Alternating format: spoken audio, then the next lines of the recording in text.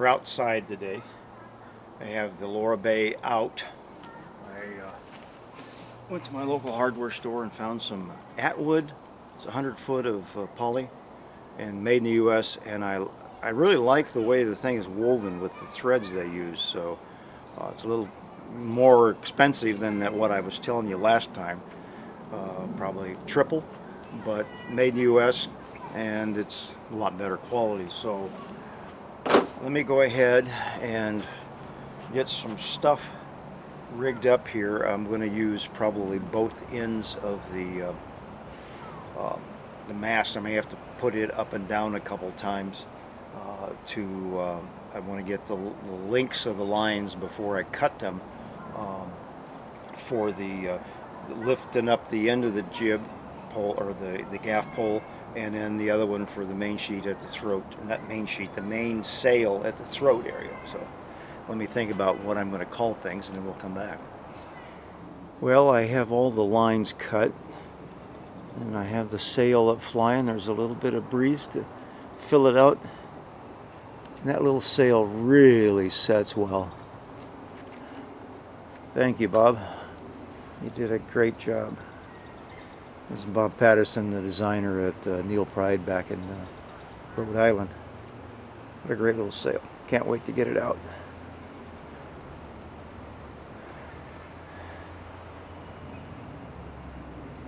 Really setting well.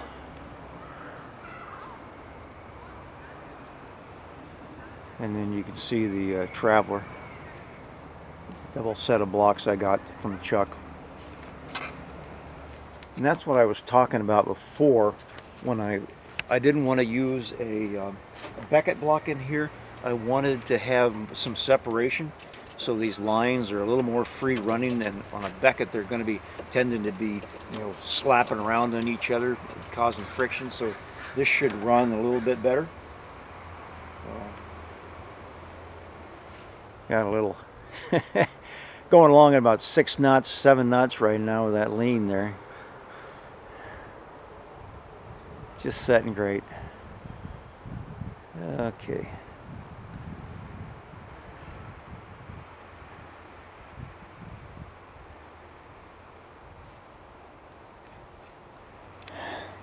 If I would have known better when I was building this boat, Chuck sells this thing that it's about 2 inches in diameter, which isn't wide enough, or this little platform here isn't wide enough, but it was a little circle with a spring-mounted block on a swivel. There's this block here with a spring on a base, and it would keep that block from rattling around and damaging, you know, the paint, or just making noise when they got slack winds.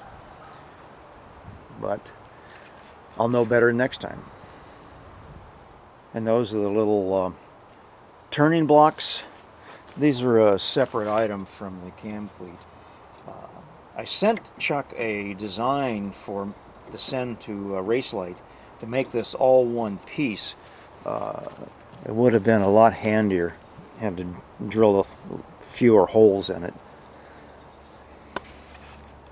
And then this is the RL 327 swiveling gooseneck. And this one's got the pin. You remember how we put that in?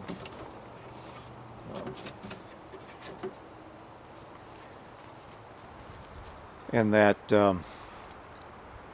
screw-in tool holder is working pretty good as gaff jaws. You know, if you got a 2-inch mast, I don't think I'll be able to get away with that on the fiberglass mast. Oh!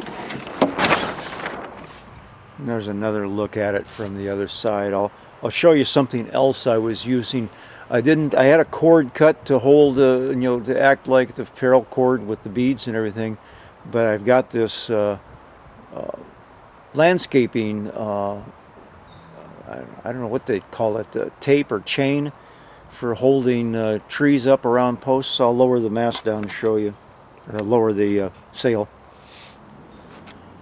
When I was cutting the cord ends, I would use some of my tape where I was going to cut, and then I've got this big cable cutters. When I was an electrician, I used to use this, thumb-sized cables and bigger for trimming them down, and that worked pretty good for cutting the line in half. And then I'd use a little heat on the end to melt it down. I think I may try and take one of them in tonight, and I've got some heavy thread for leather work.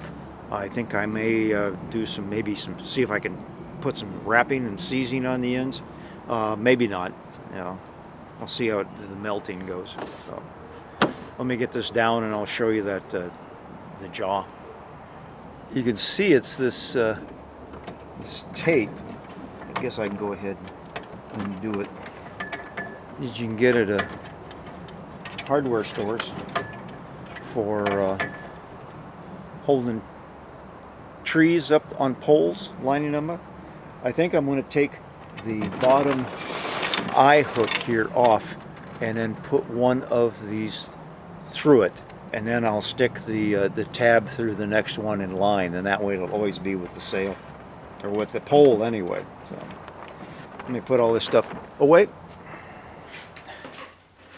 Everything's put away, and now I have to figure out a place to, the sail is easy, it's just a little small bag, but the mast and the boom and the gaff pole, I got to figure out where to put those at. And then Saturday, I had another care package come in from Chuck down at Duckworks, and because I scabbed some of the parts that I was going to use for the fiberglass mast, and I used them on the aluminum one just to get it done.